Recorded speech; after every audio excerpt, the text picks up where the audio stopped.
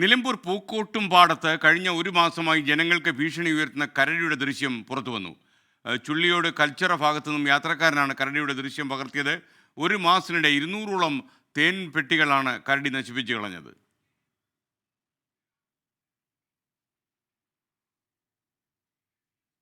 ഇന്നലെ രാത്രി ഏകദേശം ഒരു 10 മണിയാകുമ്പോൾ എൻ്റെ വീടിൻ്റെ തൊട്ടുപുറത്ത് തേനീച്ചപ്പെട്ടി നശിപ്പിക്കാൻ വേണ്ടി കരടി വന്നിരുന്നു.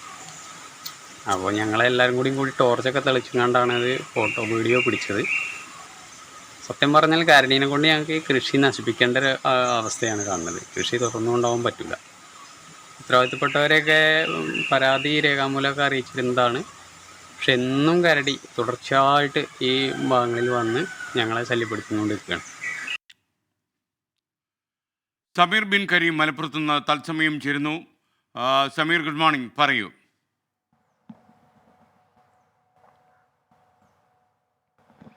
വെരി ഗുഡ് മോർണിംഗ് എസ്കേൻ. ഈ പൂക്കോട്ടുംപാടം നിലമ്പൂർ മേഖലയിൽ കഴിഞ്ഞ ഒരു മാസമായി ഈ കരടി വിളയാടിക്കൊണ്ടിരിക്കുകയാണ്. ഈ പ്രദേശത്ത് ഈ തേൻ കർഷകർ സ്ഥാപിച്ച 200ഓളം തേൻ പെട്ടികളാണ് കഴിഞ്ഞ ഒരു മാസത്തിനിടെ ഈ കരടി നശിപ്പിക്കുന്ന ഒരു സാഹചര്യം ഉണ്ടായത്. ഇതേ തുടർന്ന് വനപാലകർ ഈ ഭാഗത്ത് ക്യാമറ സ്ഥാപിക്കുകയും നിരീക്ഷണം ഏർപ്പെടുത്തുകയും ചെയ്തിരുന്നു. പക്ഷേ വനപാലയുടെ ക്യാമറയിലോ അല്ലെങ്കിൽ വനപാലകർക്കോ ഈ കരടിയെ ഇതുവരെ കണ്ടെത്താൻ സാധിച്ചില്ല. അതിനിടയിലാണ് ഇന്നലെ രാത്രിയിൽ ഇപ്പോൾ നമ്മളോട് സംസാരിച്ച സുരേഷ് പരിയാരത്ത് എന്ന് പറയുന്ന ഒരു ചുള്ളിയോട് സ്വദേശി കരടിയുടെ ദൃശ്യങ്ങൾ പകർത്തിയിരിക്കുന്നത്.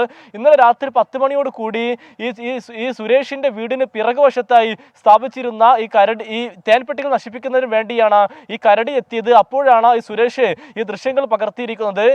സുരേഷിനെ കണ്ട ഉടനെ തന്നെ കരടി ഈ ചേലോട് ഭാഗത്തേക്ക് ചുള്ളിയോട് കൽച്ചിറ ഭാഗത്തു കൂടി കടന്നുപോകാനുള്ള ശ്രമം നടത്തുന്നതിനിടയിൽ ഈ സുരേഷ് പകർത്തിയ ദൃശ്യങ്ങളാണ് നമ്മളിപ്പോൾ കണ്ടുകൊണ്ടിരിക്കുന്നത്.